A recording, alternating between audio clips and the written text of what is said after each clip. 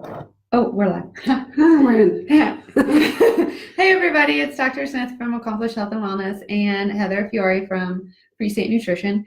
And today we are talking about artificial sweeteners, right? Ooh, yes. So, I didn't have any tea today because I don't know why. No. We have water. I have some water. That's It'll be okay. We'll get through it. If anyone wants to send us some tea, yeah, you can do that. feel free to drink tea. We will say who sent it. But so we're going to talk about artificial sweeteners. Mm-hmm. So what do you want to? So I think it's important to start with like what all the different kinds of sweeteners are, because when you start to think about it, it's kind of crazy how many are. Oh my gosh! Yes. Well, and they go by like all kinds of different names. Mm-hmm. Yeah. There's that too. So and there were a couple I hadn't even heard of.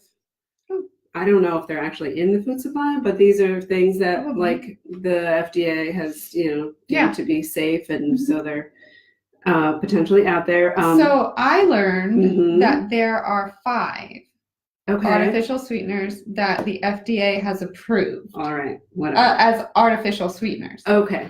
So there's saccharin. Mm-hmm. There's, I don't even know how to say that one, acesulfame. It's actually and it's like ACE, or it's right, ACE K. ACE K, or there's another name for it. ACK. But whatever you say that one. Yes. And then there's aspartame, which we all know. Neotame. Yes. Okay. No, I was just I did look up how you say it, because I was like aspartame. No, the ACE K one. It's like acesulfame. Oh, acesulfame. Okay. Acesulfame. And then called ACE K.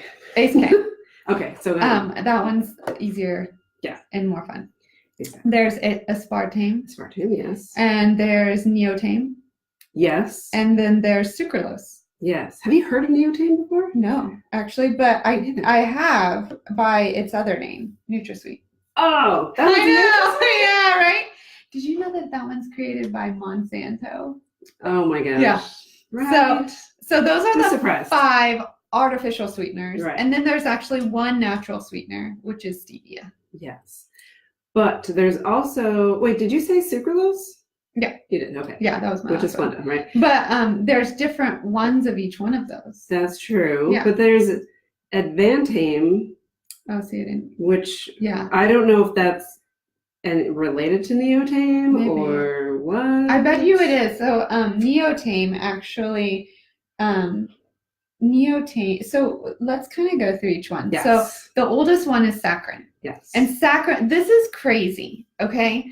I didn't know this. Mm-hmm. Saccharin came out in 1879. Isn't that the most crazy thing? And here's how saccharin was founded, right? Mm-hmm. So it was a guy. So saccharin is what is saccharin? Saccharin is I didn't write it down. But so saccharin is sweet and low. Well, no, saccharin plus cyclamate is sweet and low. So the guy was like a metal worker or something, and he went home, and there's a couple different stories about how he either he licked his finger or he was making something in the bread. I don't know. So somehow he tasted it, and then he went back to work and he tasted everything until he found the sweet thing. Isn't that gross? Yeah. And so saccharin was on and off the market for years, always being attacked, and whether it was healthy or not, and for safety reasons. And then in 2000, the FDA said it was okay. Yeah, but we know saccharin the most as sweet and low. That's what the little pink packages. And that is actually saccharin and cyclamate. Right. But the cyclamate has now been taken off the market because it wasn't good for us.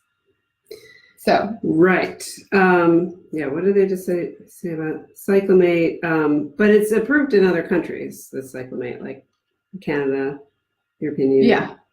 They're fine with cyclamate, but this was like, and this was like 1968 or something. Yeah. It was determined that it caused bladder cancer. Yeah, when but you then had, it was like maybe it wasn't. Right. Well, it was like you had to have like 500 packets. Yeah, yeah, it was. Right, something like there was something ridiculous amount of number. Right. That yeah, you had to. But it remains banned, and then meanwhile you've got these other things that. Yeah. Lots of other things. Yeah. So then, so we still have saccharin, and the reason that they had the cyclamate added into it was to take the bitter taste out. Mm-hmm. So, right. Now we have aspartame as well, and that one was found in 1965. And they're all found by licking their finger after some kind of work exposure, because that's what you should do. Right. You're working with chemicals, so you should lick your finger. Lick stuff, see if it tastes good. Okay. If my tongue survives, my belly probably will too. But that's like what doctors used to do too, right? They used to sniff people's urine and stuff. They didn't have a lot of resources. Sometimes I do sniff the urine. I go like this. Because does it smell like urine or does it smell like infection? Okay, but I don't taste it. Gross. All right. So so aspartame is aspartic acid and phenylalanine, and we know it as equal. Mm-hmm. What other names?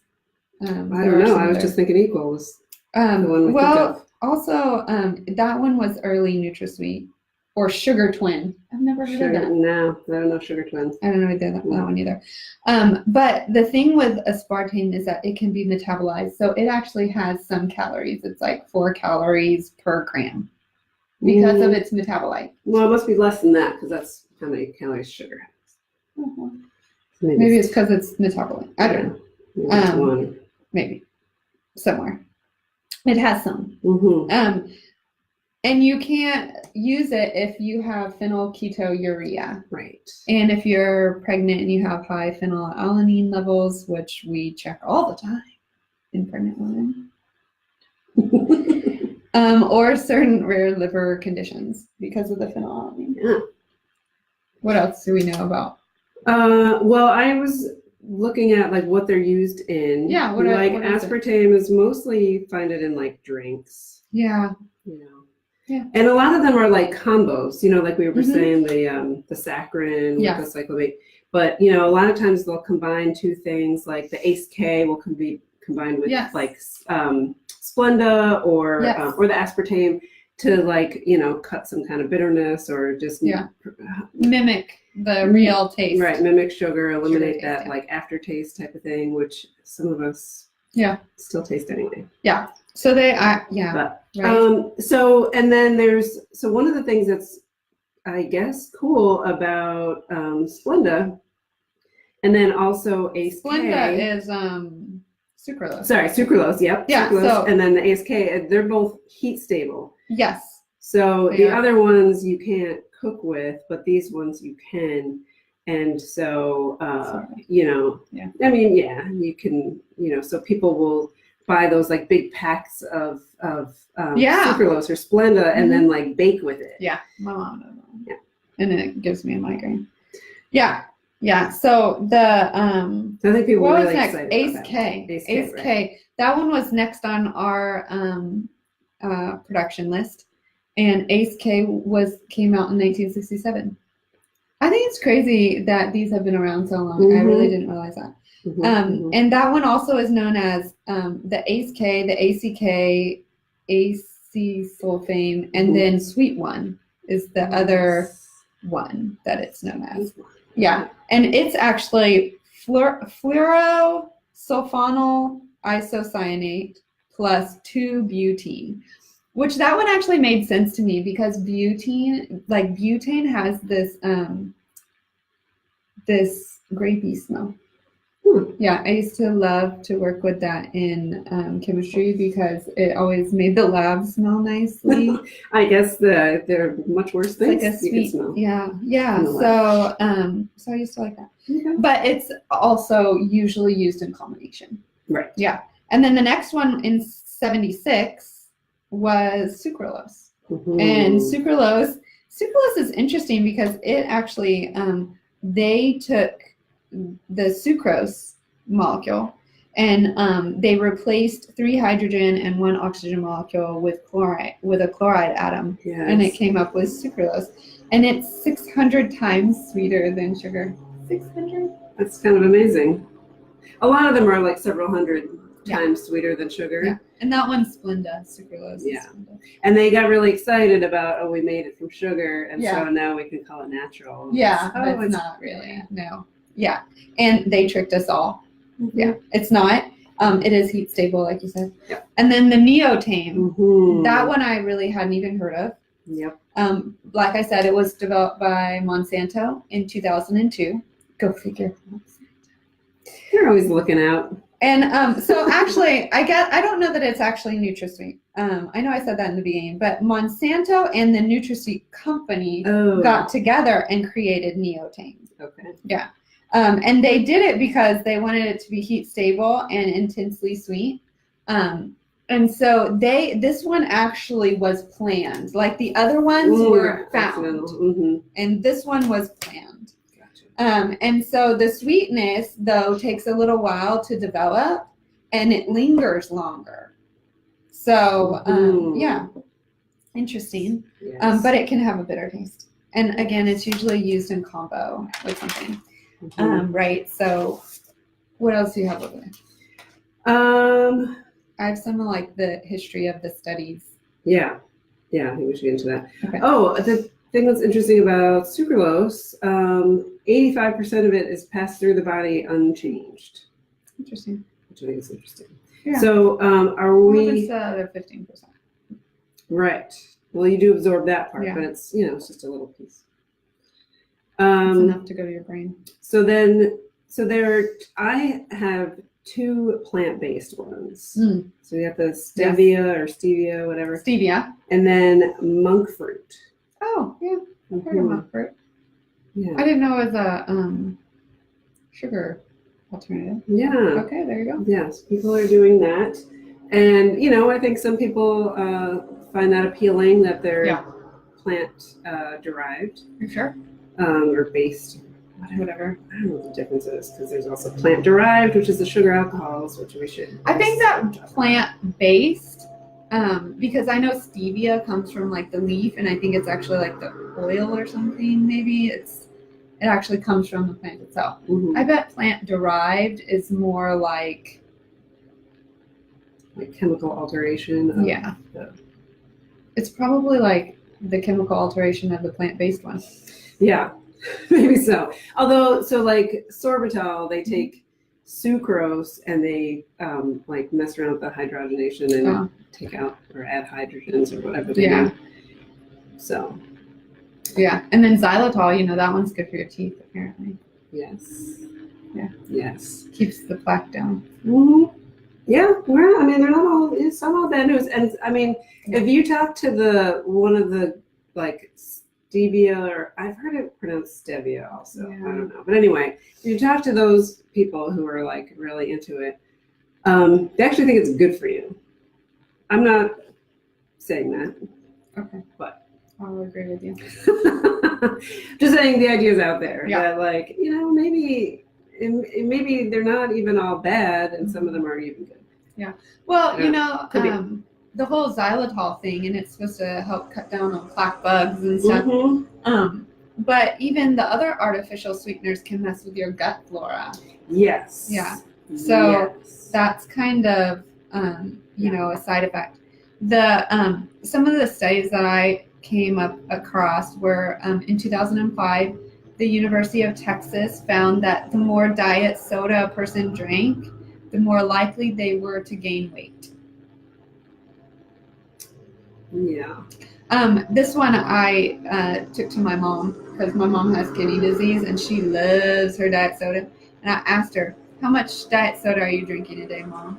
And she told me, and I was like, okay, Mom, well, in 2008, there was a study that found that anyone that drinks more than 2 diet sodas a day doubles their risk of kidney decline in women.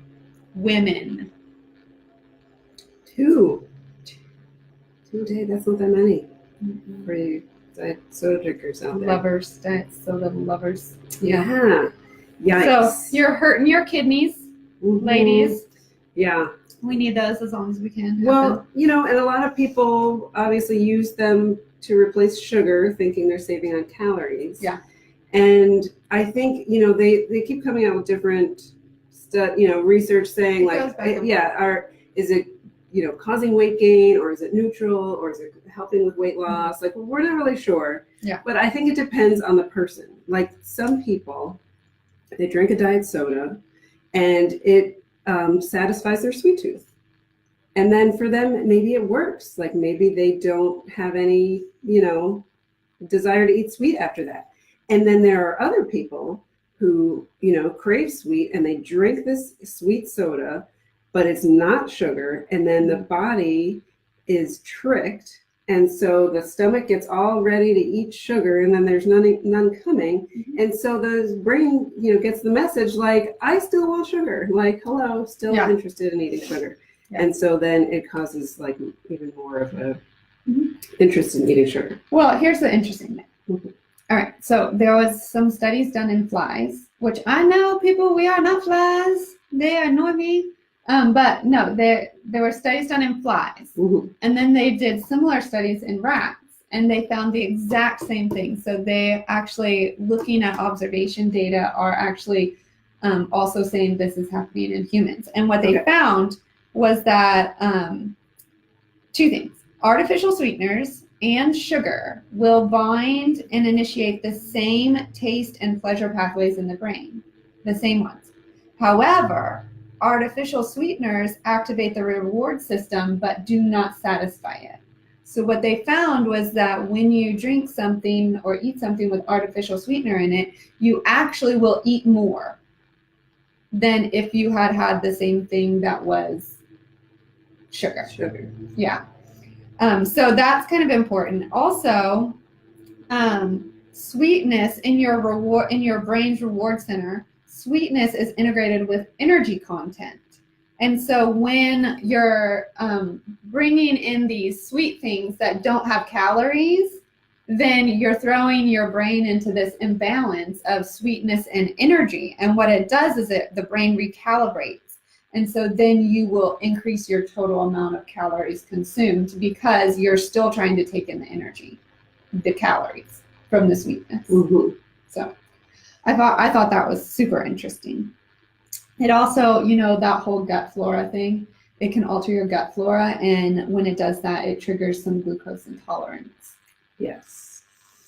So not what you're looking for. There's a lot of things here that say that even though you switch over to diet, you're not really doing yourself a service as far as weight loss. They're not going to necessarily help. I still think there might be a subset of people that this doesn't happen to. Oh, sure. There's a subset always. Everything in moderation. Right. So you kind of have to look at these things, in yourself. Like, do you still find that you're craving sweet? I mean, it could be making it worse. It could be. And so you need to be aware of that. If that's what's happening, then, I don't know. If you have diabetes, I'm going to have a really hard time saying drink the regular soda. Like that. I have a really hard time saying drink soda, period. Okay. I know, but we're meeting people where they're at. We are. Yeah. But when you're drinking 2 to 3 and you're a woman and you have kidney disease, you should stop. I'm just saying. Your kidneys are screaming at you. And so is your BUN and creatinine every time it goes down.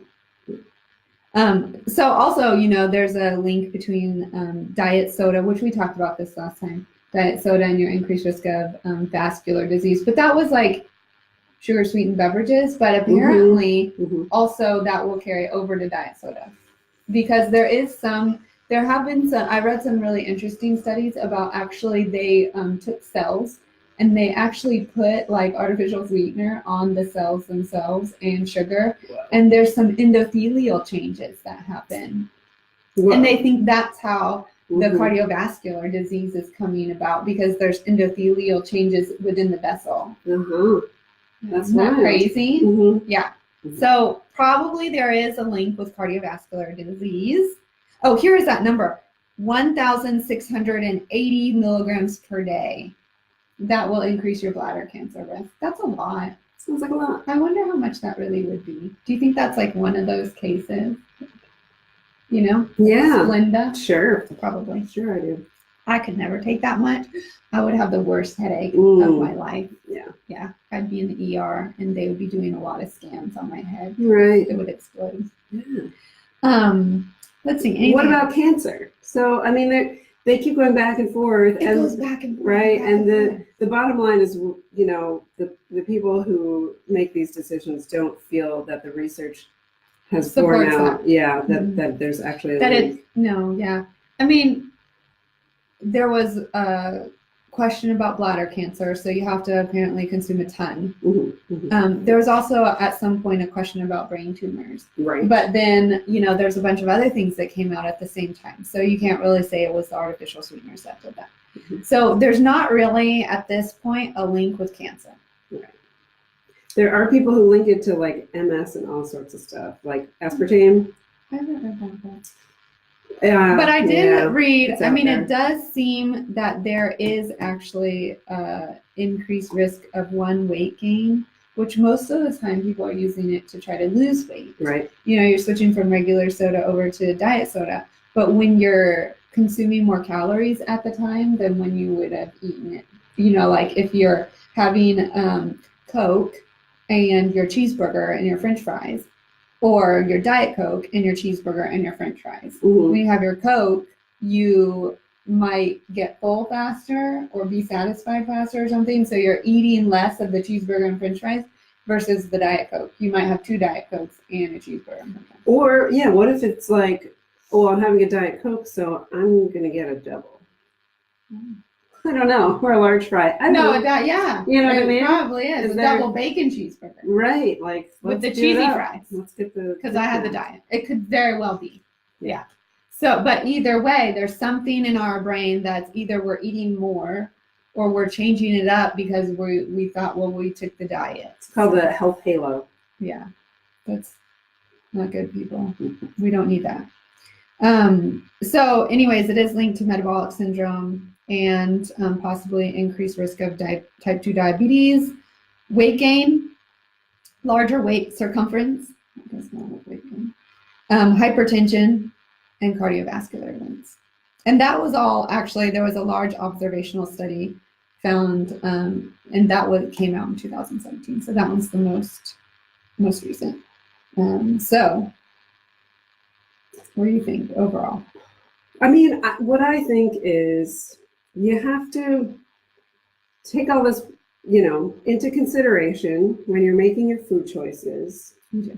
And obviously we know that water is the best choice for hydration. Yes. Sometimes people like flavor, sometimes people like bubbles, sometimes people like flavor and bubbles and caffeine, you know, and so you kind of need to figure out, like, how do I balance, you know, my health and, you know, my desire to drink something tasty. You know, we're not trying to take that away. Like, no, but we don't want it to rule your life either. Right. I mean, is it, you know, right. that when you're drinking 2 diet sodas every single day and you can't give it up, there's an issue, right?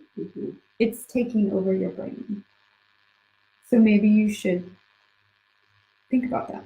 Right. So there might be ways to make a change, you know. Of course. Maybe you go from getting 20-ounce bottles down to cans that are 12 ounce. And then you can go down to the 8 ounce. Right. Or what if you're like, and most people are either like Coke or Pepsi, right? And they're like diehard about it.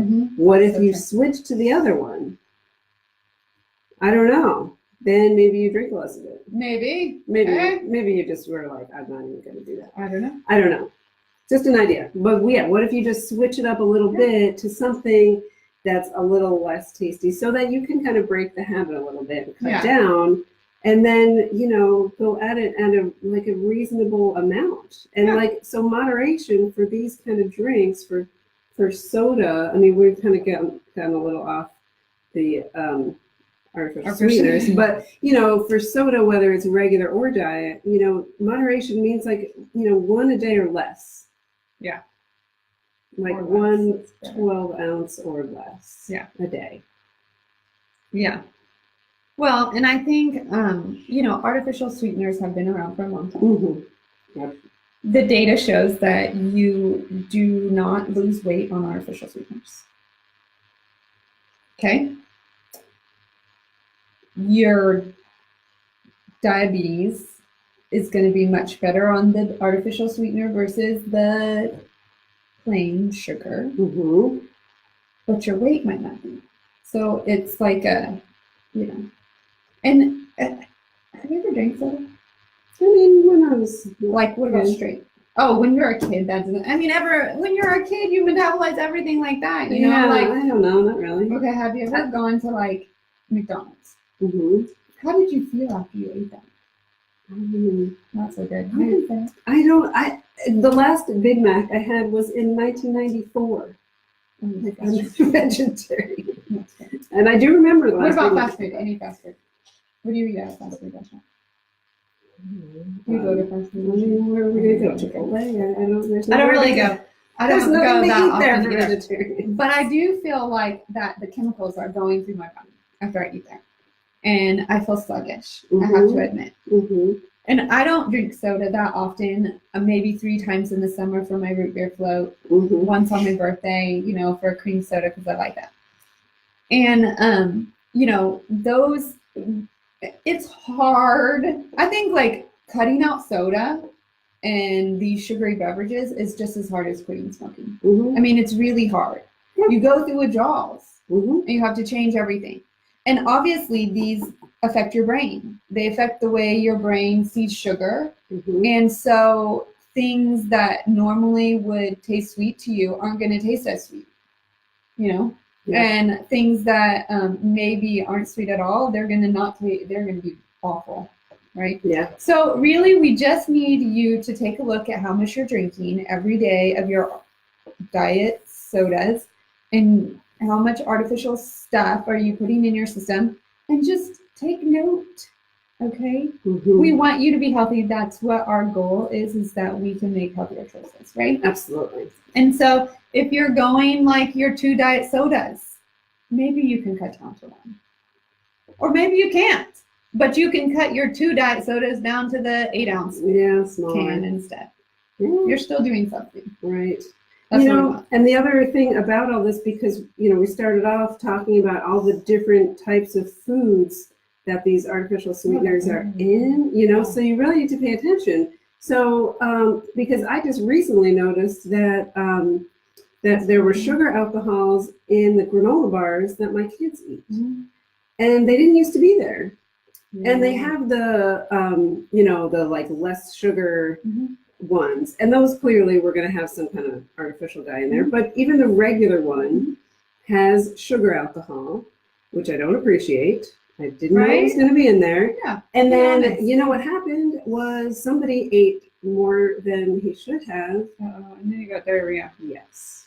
Yeah, that's the other thing we didn't talk about, the diarrhea that comes. Sugar alcohols. You only digest half of it, and so guess what happens to the other half? It's right out. It's a diuretic. So, and it's on the label, thankfully. Not diuretic, but laxative. Yes. Sorry. But it's on the label in the sugar, like under carbohydrates, you've got your different kinds of sugar, and it'll say sugar alcohols and how many grams are in there. Oh. And if it's more than 10 grams that you're going to consume, you will have diarrhea. It does sound like a lot, but like, granola bar only has 2, but like, say you're really hungry, protein. Yeah. And eat a lot of it. Yeah. Especially if you're like with your friends. Or if you have diabetes and you're like, oh, I'm going to be smart, I'm going to get the sugar-free candy. Oh gosh. Actually, do you know that when kids get constipated, that's what I tell parents? I do. Brilliant. They'll eat the sugar-free candy. So just give them the sugar-free candy and they will have diarrhea later. Yes. Yeah, so I do that. There you go. Okay. It's good for constipation, but not if you don't have constipation. No. Yes. It might not be good for our brain's sugar sensors either. Yes. So what are we going to talk about next week? We beat the artificial sweeteners to death. We hope that if you have any questions at all, that you will ask us. And I say that we go with the alcohol. I knew you were going there. Yes, you're talking about alcohol. Somebody said we should change this to Wine Wednesday, and I was like, yeah, that would not be good. But next week we're going to talk about alcohol and are there any health benefits to it? What are they? What aren't they? And we'll just not drink while we talk about it, but we'll have a fun time anyway. Sound good? All right, guys. So we will see you next week. Enjoy your rest of your week. Hopefully the rain stops. And have a lovely day. Bye.